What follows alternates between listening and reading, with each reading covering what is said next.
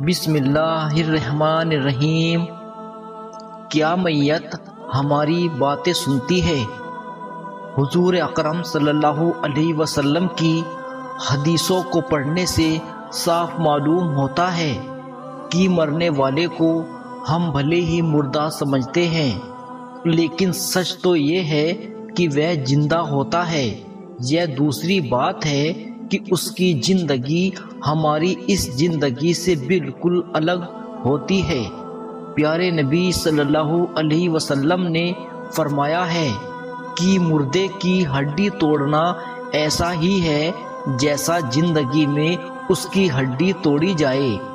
ایک بار پیارے نبی نے حضرت عمرو بن حزم کو ایک قبر سے تکیہ لگائے ہوئے دیکھا تو فرمایا، اس قبر والے کو تکلیف نہ دو۔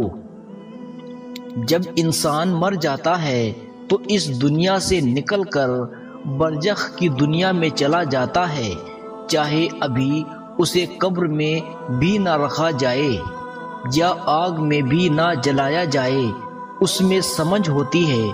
اللہ کے رسول نے فرمایا، جب مردہ چرپائی وغیرہ پر رکھ دیا جاتا ہے اور اس کے بعد قبرستان لے جانے کے لیے لوگ اسے اٹھاتے ہیں تو اگر وہ نیک تھا تو کہتا ہے مجھے جلدی لے چلو، اگر وہ نیک نہیں تھا تو گھر والوں سے کہتا ہے ہائے میری بربادی، مجھے کہاں لے جاتے ہو؟ پھر فرمایا کہ انسان کے سوا ہر چیز اس کی آواز سنتی ہے، اگر انسان اس کی آواز سن لے تو بے ہوش ہو جائے۔ موت کے بعد قیامت ہونے تک ہر آدمی پر جو زمانہ گزرتا ہے اس کو عالم برزخ کہا جاتا ہے۔ برزخ کا مطلب ہے پردہ یا آڑ۔ چونکہ وہ زمانہ دنیا اور آخرت کے درمیان ایک آڑ ہوتا ہے، اس لیے اسے برزخ کہتے ہیں۔ چونکہ انسان خود اپنے مردے کو دفن کیا کرتے ہیں، اس لیے حدیثوں میں برزخ کے آرام یا عذاب کے بارے میں قبر ہی کے لفظ آتے ہیں۔ اس کا یہ مطلب نہیں کہ انسانوں کو آگ میں جلا دیا جاتا ہے یا پانی میں بہا دیا جاتا ہے، وہ برزخ میں زندہ نہیں رہتے۔ سچ تو یہ ہے کہ عذاب و ثواب کا تعلق روح سے ہے، اور یہ بات بھی یاد رہے کہ اللہ تعالیٰ جلے ہوئے ذروں کو بھی جمع کر کے عذاب و ثواب دینے کی طاقت رکھتا ہے۔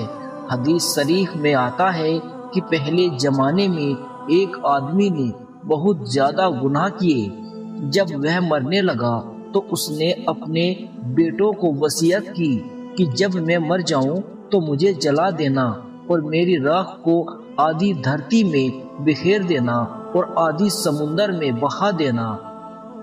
یہ وصیت کر کے اس نے کہا کہ اگر خدا مجھ پر قادر ہو گیا، اس نے اس کے باوجود بھی مجھے زندہ کر لیا تو مجھے ضرور ہی زبردست عذاب دے گا جو ساری دنیا میں اور کسی کو نہ دے گا۔ جب وہ مر گیا تو اس کے بیٹوں نے ایسا ہی کیا جیسا کہ اس نے وصیت کی تھی۔ پھر اللہ تعالیٰ نے سمندر کو حکم دیا کہ اس آدمی کے جسم کے ذروں کو جمع کر دو۔ سمندر نے اپنے اندر کے سارے ذروں کو جمع کر دیا، اور اسی طرح دھرتی کو بھی حکم دیا، اس نے بھی اس آدمی کے جسم کے سارے ذروں کو جمع کر دیا۔ سارے ذرے جمع فرما کر اللہ تعالیٰ نے اسے زندہ فرما دیا۔ پھر اس سے فرمایا تو نے ایسی وصیت کیوں کی؟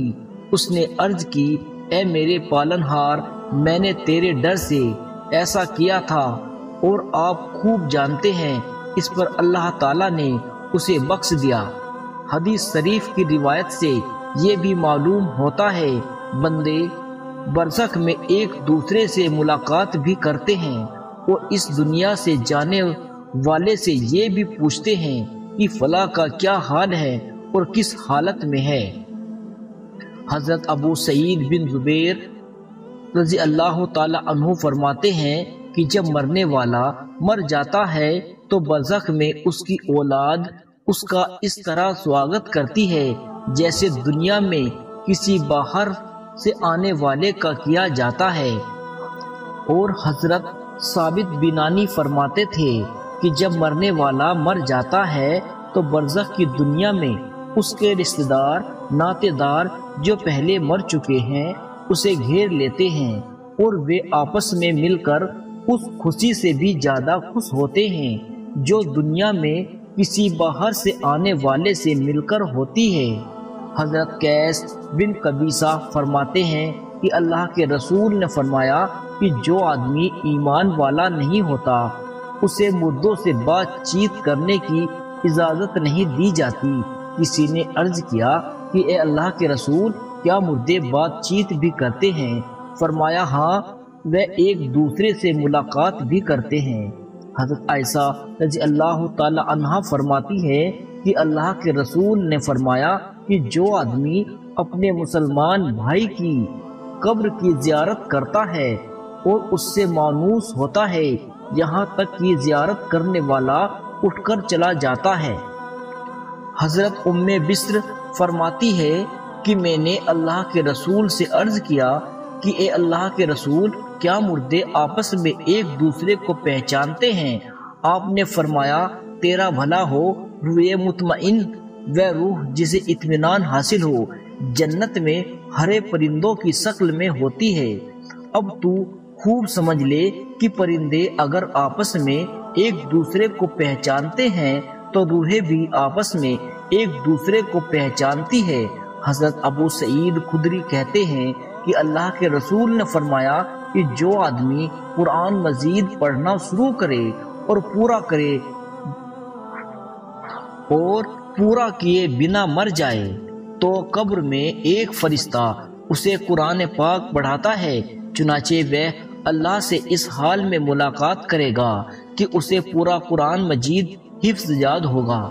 جو لوگ بھلے کاموں میں زندگی بتاتے ہیں اور وہ مرنے کے بعد بھی زندگی پر یقین رکھتے ہیں، اس دنیا میں ان کا من نہیں لگتا اور موت کو یہاں کی زندگی کے مقابلے میں اچھا سمجھتے ہیں، اور جو لوگ یہاں کی زندگی کو برائیوں میں گزارتے ہیں وہ موت سے گھبراتے ہیں۔